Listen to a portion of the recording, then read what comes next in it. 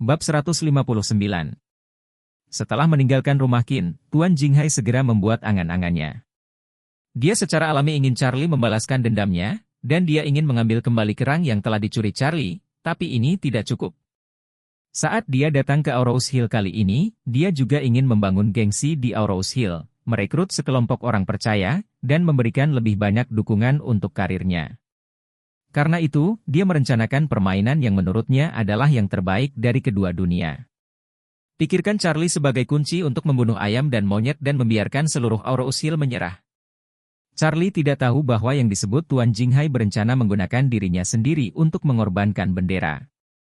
Sore harinya, ia bersiap untuk membeli sayur mayur dan memasak ketika tiba-tiba ia mendapat telepon dari Warnia.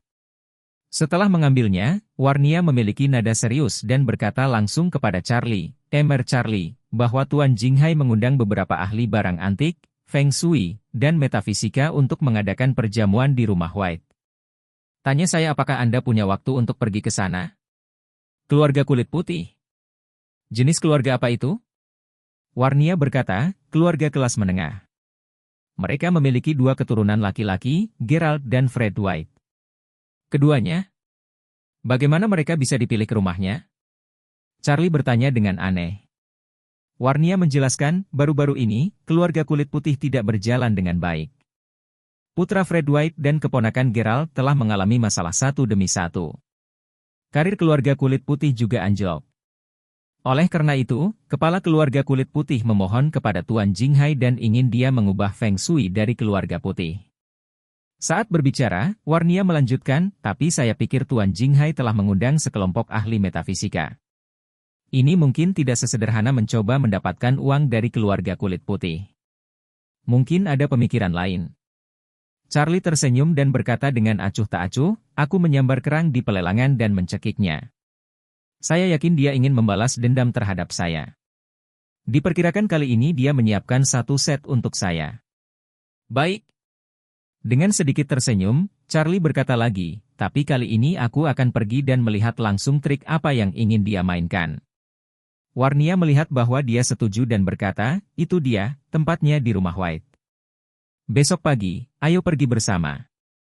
Aku akan menyetir untuk menjemputmu. Selesai. Keesokan paginya, Warnia mengemudi untuk menjemput Charlie dan pergi ke rumah White. Villa White terletak di lereng gunung di pinggiran kota dengan pemandangan yang indah. Semua paviliun di daerah ini dibangun menjadi bangunan antik. Keluarga White menghabiskan ratusan juta untuk mendekorasi mereka. Mereka biasanya digunakan untuk menerima tamu terhormat atau menjamu teman. Di luar paviliun di tepi danau, ada puluhan kursi kayu rosewood berwarna kuning. Selusin tamu undangan telah duduk dan berkomunikasi satu sama lain, dan tawa datang dari waktu ke waktu. Duduk di kursi utama adalah seorang pria paruh baya yang gemuk. Dia adalah ayah Fred White, Solomon White. Dan duduk di sampingnya adalah Tuan Jinghai. Selain dua orang tersebut, Charlie juga bertemu dengan dua kenalannya, Tai Lai, orang terkaya di Haicheng, dan Kuo Ming yang mengikutinya. Melihat Charlie masuk, Tai Lai mengangguk ke arah Charlie. Solomon White meliriknya ke samping dan mendengus dingin. Jelas dia juga tahu bahwa Fred dan Gerald telah menderita kerugian di tangan Charlie, jadi melihat Charlie, dia tidak memiliki wajah yang baik. Feng Weibao dengan cepat berdiri untuk menyambutnya dan berkata, Tuan. Charlie, Nona Song, Anda di sini. Bab 160. Charlie mengangguk dan berkata sambil tersenyum, datang dan lihat gaya Tuan Jinghai. Seorang pria paruh baya dengan gaun panjang bertanya dengan heran, ini adalah pembeli yang memenangkan lelang dengan uang miliaran. Feng Weibao tersenyum dan memperkenalkan, ini Tuan Wade. Apa? Tuan Wade? Solomon White melirik Charlie dengan jijik, lalu tersenyum, sekarang nama Master Wade hampir tidak berharga. Segala jenis pemborosan dapat menyebut dirinya seorang guru, dan dia benar-benar mampu seperti Tuan Jinghai. Tuan, tapi sangat rendah hati. Begitu dia selesai berbicara, kerumunan itu menjadi malu. Bukan karena Solomon White dengan sengaja meremehkannya, tapi memang Charlie tidak bisa disebut Master tanpa memandang usia atau gaya pakaian.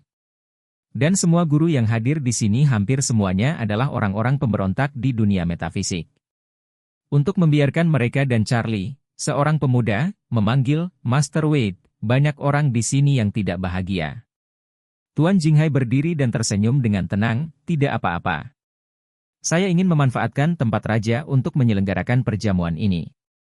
Aku juga ingin berkumpul denganmu, adapun siapa master sejati dan siapa yang layak ketenaran, saya akan menunggu. Wajar untuk melihat perbedaannya. Setelah mendengar kata-kata Tuan Jinghai, semua orang yang hadir tidak bisa membantu tetapi mencibir pada Charlie.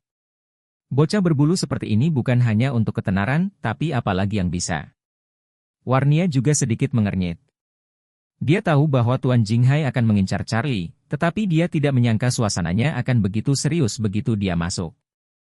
Namun, Charlie tampak kedinginan, berjalan ke kursinya dan duduk tanpa menyipitkan mata, dia tidak tahu segalanya di sekitarnya.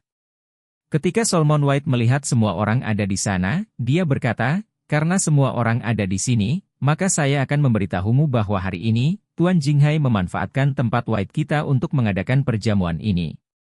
Pertama, saya ingin mengenal Anda, dan kedua, juga.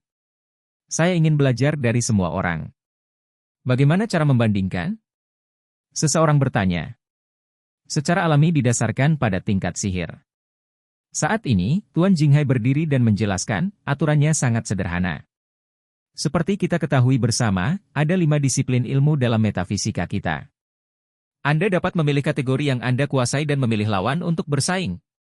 Agar lebih formal, dana disponsori oleh keluarga kulit putih. Setiap kontes memiliki hadiah 5 juta. Siapapun yang menang akan mengambil 5 juta, dan yang kalah juga akan memiliki 50,000 kuda. Aturan ini masuk akal, dan uang bisa dibuat, banyak orang mengangguk setuju. Orang-orang di lingkaran metafisik biasanya melakukan hal-hal mereka sendiri, dan kartu tidak akan mudah dibuka.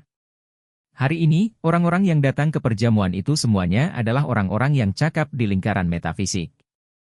Semua orang berkumpul untuk bersaing. Mereka tidak hanya bisa mengetahui detail satu sama lain, tetapi juga mendapatkan bonus dan membunuh 2 burung dengan 1 batu. Hanya untuk belajar dari satu sama lain? Charlie sedikit mencibir. Dia tidak berpikir bahwa Tuan Jinghai mengadakan perjamuan hari ini hanya untuk membuktikan kehebatannya. Setelah Solomon White menunggu semua orang untuk membahasnya, dia melanjutkan, namun, menyiapkan bonus saja mungkin tidak membangkitkan antusiasme semua orang.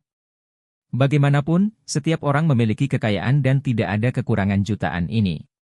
Jadi untuk membuat semua orang lebih termotivasi, ada syarat tambahan, yaitu, pemenang memilih untuk mengambil 5 juta bonus, atau mengambil sesuatu dari yang kalah. Yang menang pada akhirnya adalah orang bijak pertama di lingkaran metafisika daerah Nangwang. Mulai sekarang, semua pemuja di daerah Nangwang akan menghormatinya. Apapun yang besar dan kecil di area tersebut akan dihormati dengan persetujuan orang tersebut. Begitu dia selesai berbicara, seluruh halaman menjadi sunyi. Untuk sesaat, terjadi keributan lagi, dan banyak orang menunjukkan ekspresi kesal dan mulai berbicara. Bagaimana jika penantang memilih kategori yang tidak dimiliki partai tertantang? Dunia metafisika di daerah Nangwang menghormati yang pertama. Bukankah ini penjarahan untuk wilayah? Bukankah ini lucu? Dalam dunia seni yang mendalam di daerah Nangwang, kami selalu terbiasa dengan cara kami sendiri.